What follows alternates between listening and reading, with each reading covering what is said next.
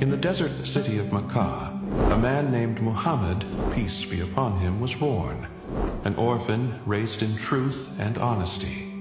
At age 40, in the cave of Hira, he received the first revelation from Allah through angel Jibreel.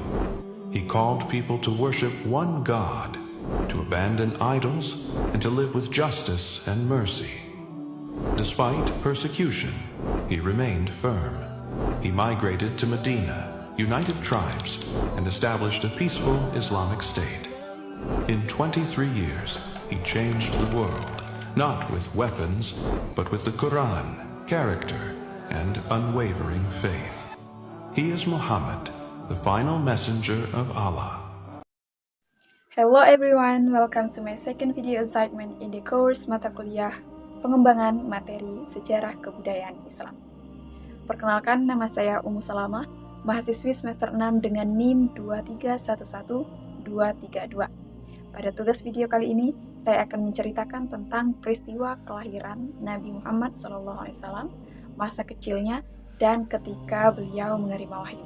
Tentunya sesuai dengan mind map yang telah dibuat. So, please watch my video until the end.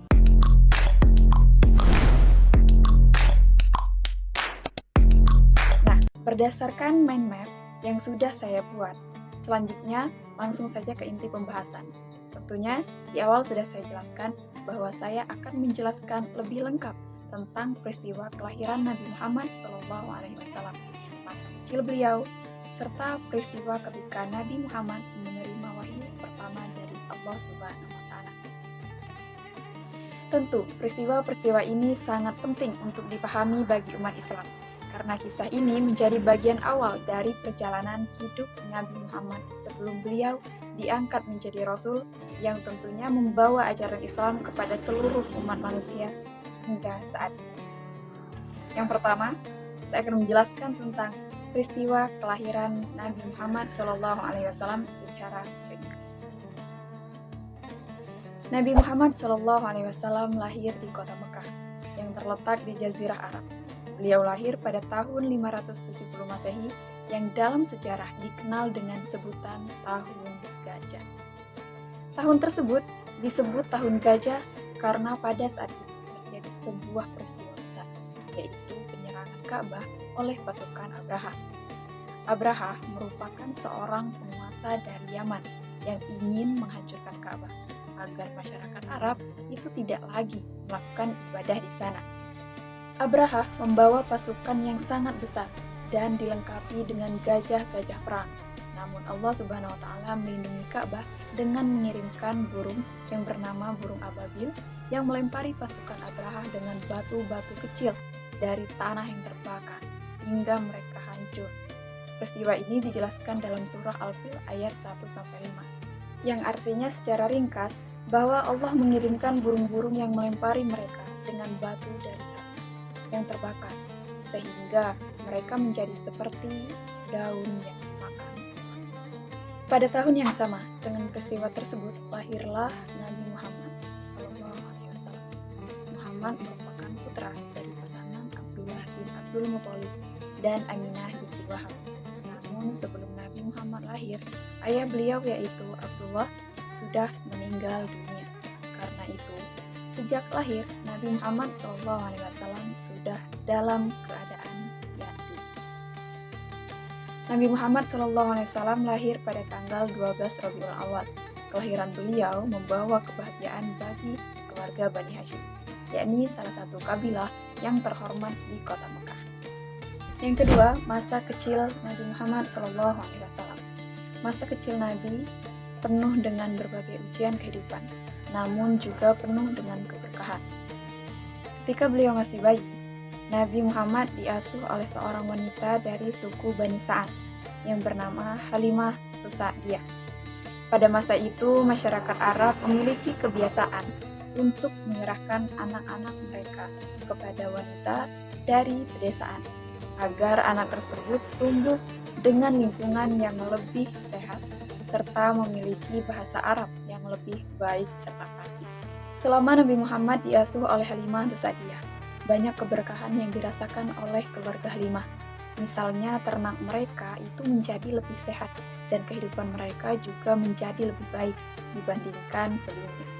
Hal ini membuat Halimah Sa'diyah dengan sangat menyayangi Nabi Muhammad SAW. Setelah beberapa tahun tinggal bersama Halimah Sa'diyah, Nabi Muhammad kemudian kembali kepada ibunya, yaitu Aminah binti Wahab. Namun ketika beliau berusia 6 tahun, ibunya meninggal dunia ketika dalam perjalanan pulang dari Madinah menuju Mekah. Setelah ibunya meninggal, Nabi Muhammad diasuh oleh kakeknya, yaitu Abdul Muthalib. Abdul Muthalib sangat menyayangi Nabi Muhammad. Namun ketika Nabi Muhammad berusia sekitar 8 tahun, kakeknya juga meninggal dunia. Setelah itu Nabi Muhammad diasuh oleh pamannya, yaitu Abu Thalib. Abu Thalib adalah seorang paman yang sangat menyayangi Nabi Muhammad dan selalu melindungi beliau. Walaupun Abu Thalib bukan orang yang kaya, ia tetap merawat Nabi Muhammad dengan penuh kasih sayang. Sejak kecil, Nabi Muhammad dikenal sebagai anak yang memiliki akhlak yang sangat baik. Beliau dikenal sebagai pribadi yang jujur, amanah, dan dapat dipercaya. Karena sifat-sifat tersebut, masyarakat Mekah kemudian memberikan gelar kepada beliau, yaitu Al-Amin, yakni berarti orang yang sangat dapat dipercaya. Pada masa remaja, Nabi Muhammad SAW juga pernah bekerja sebagai pengembala kambing. Hal ini menunjukkan bahwa beliau adalah pribadi yang kerja keras, yang mandiri, dan selalu berusaha. Kemudian yang ketiga, yakni peristiwa Nabi Muhammad SAW menerima wahyu pertama. Ketika Nabi Muhammad berusia 40 tahun, beliau sering merasa sedih dan prihatin ketika melihat keadaan masyarakat Arab pada masa itu. Banyak masyarakat yang menyembah berhala, melakukan perjudian, meminum minuman keras, serta melakukan berbagai tindakan yang di luar nalar atau tidak baik. Karena itu, Nabi Muhammad sering menyendiri untuk merenung dan beribadah kepada Allah Subhanahu wa Ta'ala. Beliau biasanya pergi ke Gua Hiro, sebuah gua yang terletak di Jabal Nur, tidak jauh dari kota Mekah. Di tempat tersebut, Nabi Muhammad melakukan tahanus, yakni beribadah dan merenungkan kebesaran Allah Subhanahu wa Ta'ala. Pada suatu malam di bulan Ramadan, ketika Nabi Muhammad sedang berada di Gua Hiro, datanglah malaikat Jibril yang datang membawa wahyu pertama dari Allah Subhanahu wa Ta'ala. Malaikat Jibril berkata kepada Nabi Muhammad, "Iqra ya Muhammad," yang berarti bacalah. Namun pada saat itu tentunya Nabi Muhammad menjawab bahwa beliau tidak dapat membaca. Nah, perintah tersebut diulang beberapa kali hingga akhirnya malaikat Jibril menyampaikan wahyu pertama, yaitu surah Al-Alaq ayat 1-5. Bismillahirrahmanirrahim. Iqra bismi rabbikal ladzi khalaq, khalaqal insana min 'alaq. Iqra wa rabbukal akram, alladzi 'allama bil qalam, 'allamal insana ma lam ya'lam.